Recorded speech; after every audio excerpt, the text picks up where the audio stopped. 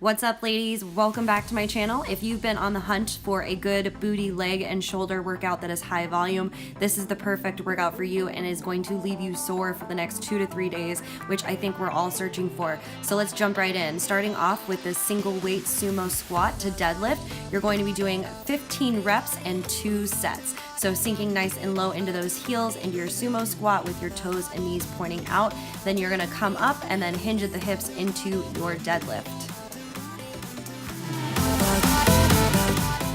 Moving on to our second exercise, we've got a alternating reverse lunge to press and Arnold press.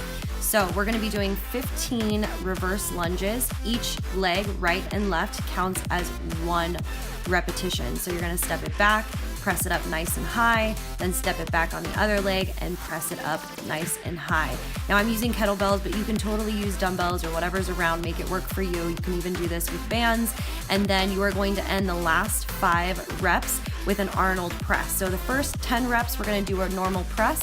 Then the last 5 reps, we will do an Arnold press. So those hands are gonna rotate in front of you and then you are going to press them on up overhead like I'm doing here.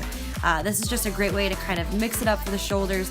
And I personally love Arnold press. It gives that nice shoulder pop and cut that looks so good in tank tops. And this set is brutal, but so good.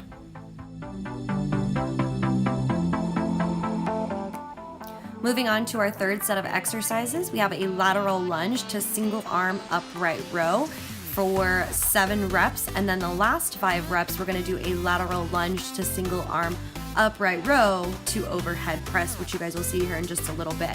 So as you lunge to the side, you're really gonna press through that heel, feel that stretch right through that inner thigh, bring that weight up and across your body, and then you can press it on up overhead. Again, I used kettlebells this time just to kind of mix it up. You can use dumbbells for this too, so don't be intimidated by the type of equipment. Just grab something that's gonna work and have fun with it. I love doing this variation here because you can hit the shoulders in a couple different ways, and it's just nice to mix it up. Moving on to our 4th set, we've got a glute bridge with band and a weight coming up here in a second. So we're gonna do 2 sets by 20 reps. So we're gonna do 5 warm-up sets without a weight to kind of prepare those glutes, wake them up, let them know we're about to put them to work. I'm using a hip circle here by Fit Girl. You can use a heavy loop resistance band or a hip circle if you like, and then move into doing your glute bridge with a weight. So I'm gonna grab a 20-pound kettlebell coming up in the next clip. That way you guys can kind of see it.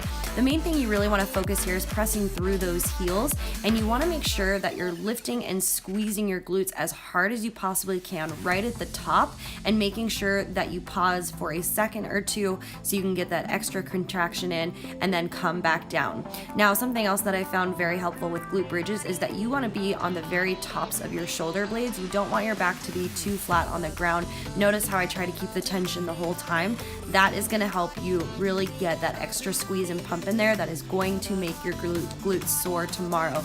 Trust me on that. I am so sore right now. It feels so good. That is why I'm uploading and editing this video, because I know that so many of us have a hard time being able to activate those glutes and getting sore enough so that we feel our workout the next day, which is always kind of nice in my opinion. Not all the time, but when it comes to glutes and legs, I like to feel sore. I want to know what I'm doing is working. Moving on to our 5th set, we're only doing 1 set here of 15 reps, deadlift to upright row. So really sinking into those heels, hinging at the hips, keeping those lower abs nice and tight. Back stays nice and flat, head is right in line with your spine, and then bringing those weights up nice and close as those elbows go up nice and high for that upright row. And again, keeping that core tight the whole time, acting like it's a belt to keep everything tucked in, and then that way you don't hurt your lower back. I see a lot of people do deadlifts in really weird ways, and you just want to be careful that you're not using your lower back to lift up, that you're really using your hamstrings and glutes to pull you back up here. So we're only doing 1 set by 15 reps, and then we're gonna move into our next set of glute exercises back on the Bosu, and then we have 1 more set of deadlifts after that, and then we will be done. Getting into our 6th exercise, we've got 2 sets by 15 reps. We're gonna be doing what's called frog pumps, and we'll do the first set on top of the Bosu with a heavy looped resistance band so you can get a fuller, deeper range of motion versus the hip circle, which is a little bit tighter. So you wanna place those feet on top of the Bosu and pull those knees apart, keeping your feet together. Then we're gonna do another variation on the floor, but this time you're gonna keep your heels and your toes together, and you wanna be up on the balls of your feet, right on top of those shoulder blades, pulling those knees apart as you squeeze, squeeze, squeeze those glutes as hard as you can the whole time. That way you are just getting right into those butt dimples, which I'm kind of creating the mind-body connection there. Sometimes I like to grab my butt while I work out. That way I actually create that mind-body connection and really feel it. Finally, we are here. Last set of deadlifts to bent over row to upright row. This time I put a plate under my feet. That way I get a nice deeper range of motion for the hamstrings and glutes. I totally recommend trying it. It is one of my favorite ways to do deadlifts.